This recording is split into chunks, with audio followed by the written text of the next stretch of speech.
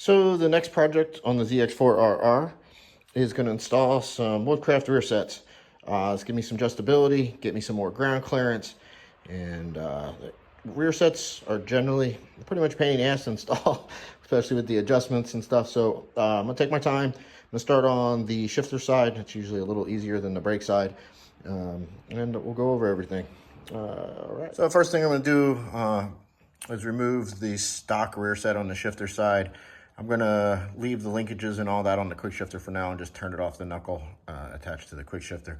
I have the flash tune shift body because I destroyed my shift body in my crash, and this was just cheaper and gives me the ability to flip back and forth with shifting as far as GP and standard without doing anything inside the ECU. That wasn't important to me, but just the cost. I don't notice any difference in feel with it, but maybe a little more solid, but we'll see. So first, just going to take this off. So like I said, I definitely want to get some more ground clearance of these. So the first thing I'm doing is marking the location of the current foot peg so that I know if I'm a little higher, then I don't need a bunch more ground clearance, but I definitely need a little bit more. So we'll start there by marking the location. So I did this a little different than I said I was going to do. And I realized if I just keep twisting this, I got to take this fairing off and unplug everything. I still might have to do that, but I'm going to try not to. So what I did was remove the rear set and then just screwed it right off the rods.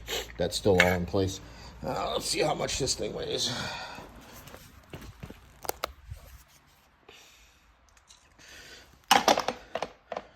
£1 pound, 10 ounces. So I got the pretty woodcraft shift side assembled, and weighs 1 pound, 2 ounces, so another savings of 8 ounces. Not really why I'm doing it, but still nice to know. So shift pedal side is on.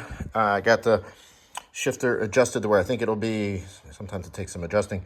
It looks, I have the foot peg in the upper position and all the way back.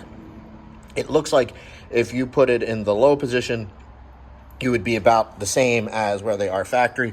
As it sits now, about a solid inch and a half higher, and back about 1/4 of an inch. So this should work really good. So the last couple things I'm going to talk about on the brake shifter side is I put some grease on this inside here just to give it a little lubrication, and I put Loctite on all the bolts. That's really important. If you don't Loctite these things, they will vibrate and fall out, and you will lose your new rear set pieces. So make sure you use that. So we're to the brake side. First, I'm going to remove this stuff. I didn't mark anything because I'm just going to put the foot pegs in the same position that I put it on the shifter side, and I'm just covering my really pretty Graves exhaust to make sure I don't scratch it with anything as I'm working. The rear master cylinder is held on with these bolts. Definitely easier to remove them while the rear set's still mounted to the frame.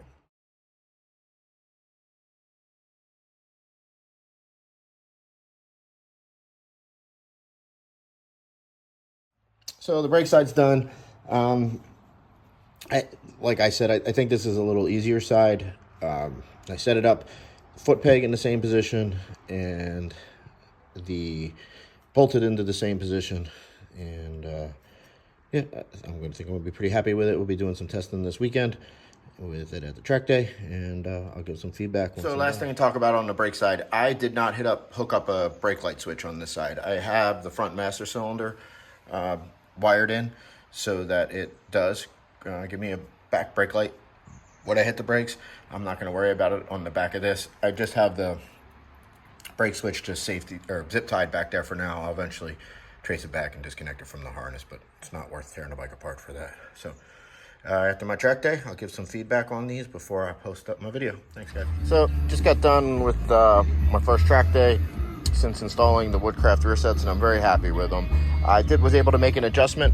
So initially I found my toe pieces to be a bit high, so I was able to, within 5 minutes, just remove it from here, loosen this, rotate it down, put it back together, all done. The knurled solid pegs, so it kind of acts like another slider. These are always really solid, so keeps, if you do have a low slide, keeps the bike off the ground a little bit better.